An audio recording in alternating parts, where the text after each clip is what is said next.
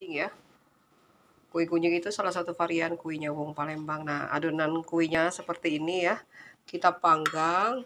Nih, dicetakannya seperti ini ya. Sekarang kita isikan dulu ya adonannya. Nih. Nih ya. Jangan sampai terlalu penuh ya.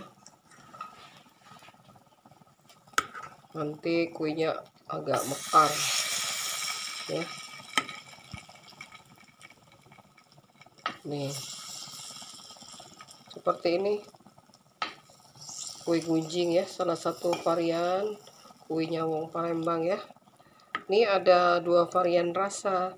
Ada yang manis dan ada yang gurih ya. Nih. Oh. Gampang sekali bikin kue gunjing.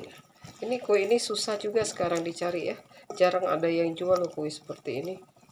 Kalau enggak orang Palembang ya yang tahu khasnya kue Palembang ya.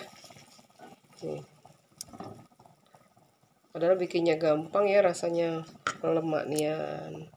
Nih.